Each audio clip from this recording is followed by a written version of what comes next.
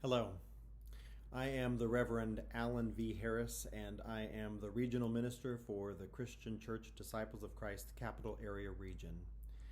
And today, June 7th, 2020, I would like to offer a word to our region. Awake! Why are you asleep, O God? Arise! Cast us not off forever. Why do you hide your face, forgetting our woe and our oppression? For our souls are bowed down to the dust, our bodies are pressed to the earth.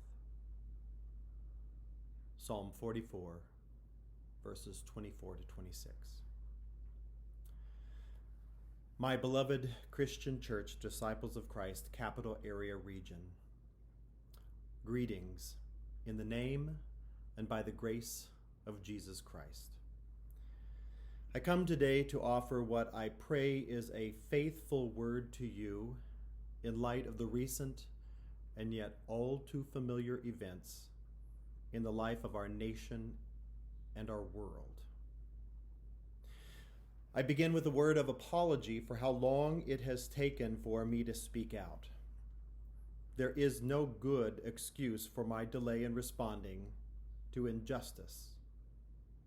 I offer this apology especially to our African American clergy, lay leaders, congregants, and friends, as the last few weeks have been particularly traumatic for you. And I deeply regret that you have not heard from your regional pastor to provide you with the support, advocacy, and guidance that you need and deserve from this office. I hope to offer some of this today. You will be the judge if it is enough.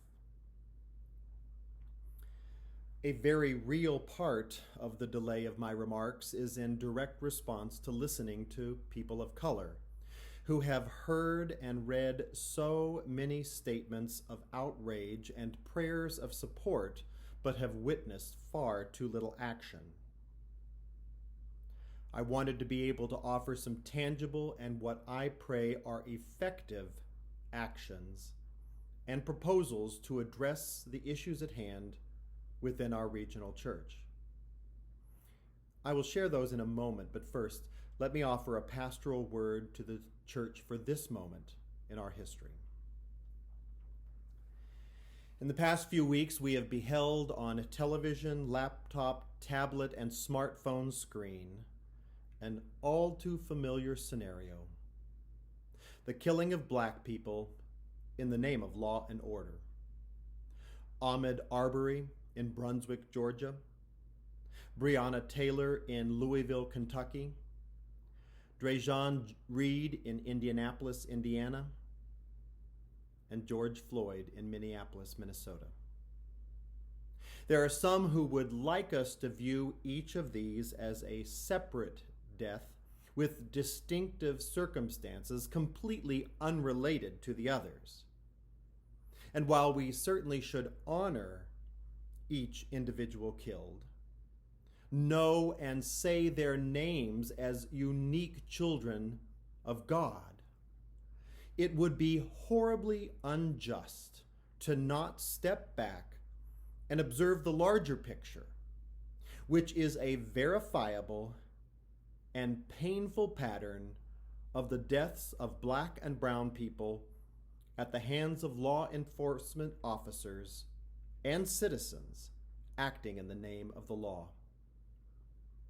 It isn't simply a requirement of our pro-reconciliation, anti-racism training in the Christian Church Disciples of Christ to take this more comprehensive assessment. It is a fundamental requirement of critical thinking, and it is a cornerstone for any educated individual. There is an undeniable pattern and tragic repetition of the killing of darker-skinned people by police and vigilantes in the United States that simply is not true for those of us who are white like me.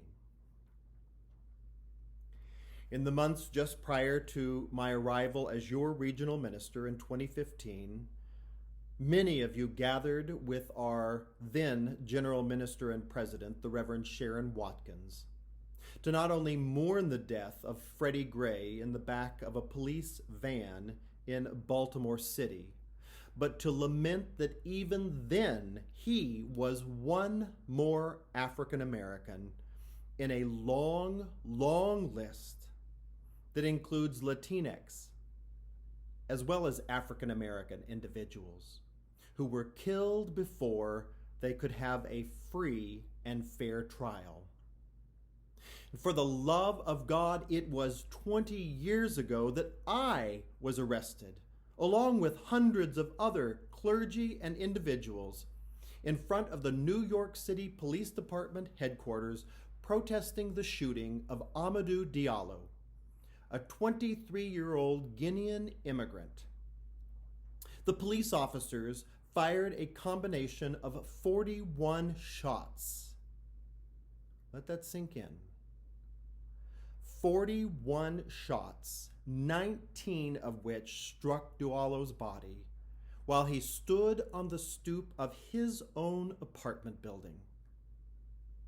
He committed no crime. He was taking his cell phone out of his pocket. He may not have even known the police were there.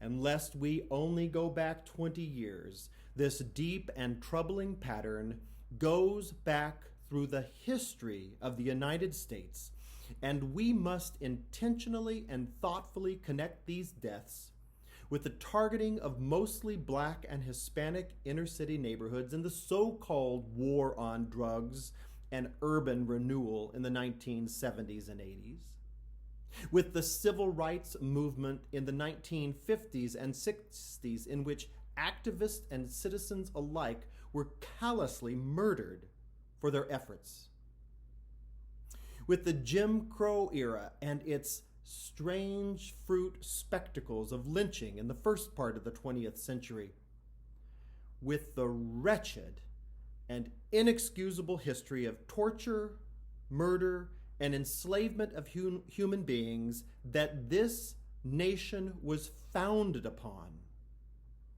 If you don't think these historical events are interconnected, I urge you to read The Warmth of Other Suns, The Epic Story of America's Great Migration by Isabel Wilkerson, and then immediately read The New Jim Crow, Mass Incarceration in the Age of Colorblindness by Michelle Alexander. I did, and the pattern is crystal clear. To lift up George Floyd as a singular disconnected death is to engage in intellectual fraud and intentional racism. There is a sickening pattern, and we must not only acknowledge it, but the crisis must be addressed conclusively.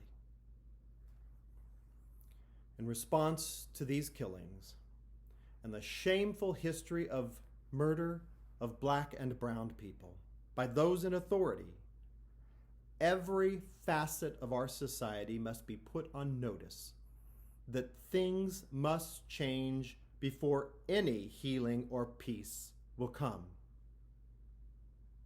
The protests, the violence, and the looting are a direct result of this nation not taking seriously the gravity and cumulative effect of this situation.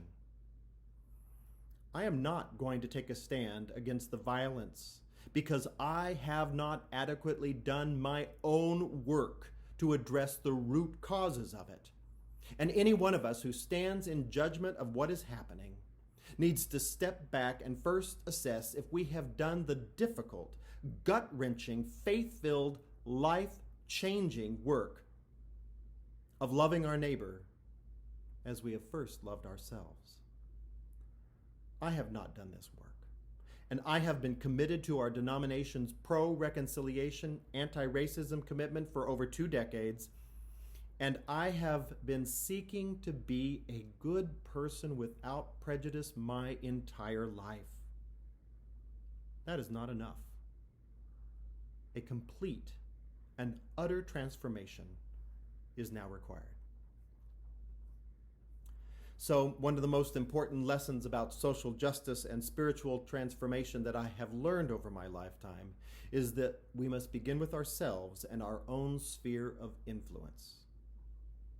So, as an individual, I am recommitting myself to a life of self-examination, personal growth, and demonstrable public action as I work to eradicate racism in my life and in the world in which I live, and to expunge white supremacist tendencies within my thoughts, words, and actions. And I will do this by reading, listening to, and watching the words and work of people of color, more than I do that of white European American people. Small part of this is my listening weekly to the podcast Pod Save the People, which challenges me to my core. I have just begun to read How to Be an Anti-Racist by Ibram X. Kendi, and I have a list of books, podcasts, movies, and online trainings that I will be working through in the coming days. I am now following and have set my smartphone notifications to remind me for social media accounts for organizations for and led by people of color, including but not limited to Black Lives Matter, Black Lives Matter DC, Black Lives Matter Cleveland, the NAACP, the DC chapter of the NAACP, and the Cleveland chapter of the NAACP, just to name a few. And I have and will continue to seek additional accountability partners who are persons of color, who I will ask and allow to challenge me when my words and actions are not consistent with who I seek to be, who I proclaim myself to be, and what the world needs me to be.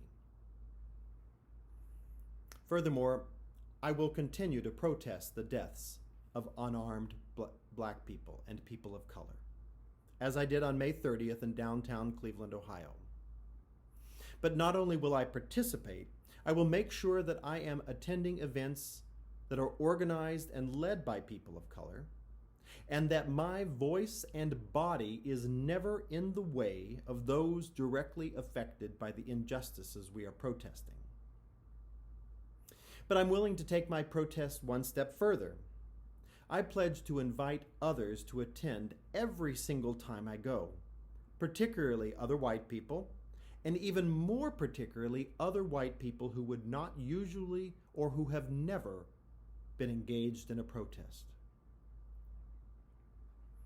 I will give my money and offer my resources to organizations that work for peace and justice for people of color.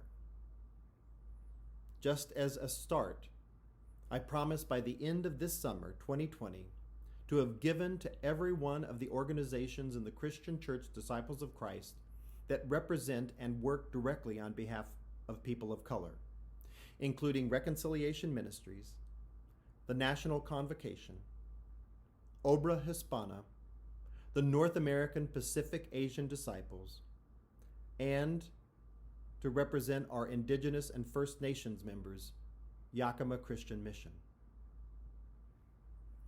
I'm also committing myself here to seek to have more table fellowship with my black and brown friends and colleagues, of course, when it is safe to do so following the COVID-19 pandemic, including within my own home. The power of a shared meal together can never be underestimated. Again, this is just a start as I continue to seek God's guidance in transforming me to be the person God yearns for me to be. But it is not enough to seek transformation and to act simply as an individual. I am patently aware that I am still your regional minister, and I have a profound responsibility to use the power of my office for the good of the church and for justice for all people. Therefore, I have committed myself to the following actions and ask our African American and Black, Hispanic, Latinx, and Brown, Asian American and Pacific Islander, Indigenous First Nations, and immigrant disciples of Christ to hold me accountable for the following. Within the region, we have just held a Disciples of Christ pro-reconciliation anti-racism training, and over 35 people from our region, lay and clergy, participated. I am committed to setting the course for this training to happen on a more regular basis. And to fulfill this commitment, 2 steps have been taken. First, the Commission for Ministry has, during my tenure, voted and the regional board has affirmed that our region now requires pro-reconciliation anti-racism training every 3 to 5 years for all clergy to maintain their standing. We have asked that the reconciliation ministries include us in the next Train the Trainer event so that we will have individuals within our region who can lead this training on a more regular basis. We already have the names of 5 people to submit, and if you have already taken the disciples training before and believe God is calling you to be a pro-reconciliation anti-racism trainer, please let me know as soon as possible. Next, the region's pro-reconciliation anti-racism team had become non-operational before I arrived, and I've had a commitment to re-engage this team ever since I became your regional minister, but I have failed to do so. It is an indictment upon my ministry that I have not done this before now. But I have this week requested from the region's Commission for Congregational Life that we renew and recommission the region's pro-reconciliation anti-racism team by the regional board meeting next Saturday, June 13th. We have a list of persons from our training who have committed themselves to being on this team, but we need more people. We especially need more people of color, more women, more lay people, and more individuals under 40. If you or someone you know might have the gifts and graces and time for this team, please let me know this week. I will request that once this team is in place and properly trained, that one of the first tasks they attend to is an audit of the region's governing documents and policies and procedures, as has been done by the Office of General Minister and President under the leadership of Reverend Teresa Hord Owens and other regions, to ensure that our fundamental structure is anti-racist and free of unintended white supremacy. Next, we are in a period of seeking nominations for the regional board, and as any organization knows, the nominating process is an essential place for an organization's health and well-being. I have worked hard in my tenure here to make sure that our nominating process includes people from all different races. The nominating committee under the leadership of Kevin Wiggs is also racially diverse, but they need the nominations of good quality, faithful individuals for all the positions on our regional board, especially people of color. There is a self-nomination form on the region's website at www.cccadisciples.org under the Tools tab. Please be in prayer, and if you or someone you know is right for the regional board, I invite you to fill out that form.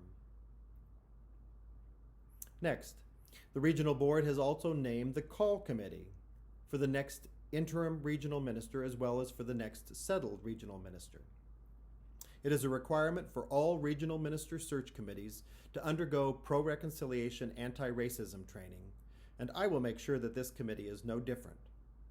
I will also propose to the regional board at our meeting next Saturday, working with the Reverend April Johnson, Minister of Reconciliation for the Christian Church Disciples of Christ, that the regional board also go through a full pro-reconciliation, anti-racism, as well as cultural competency training, so that they can be fully prepared to work with the new interim and settled regional ministers.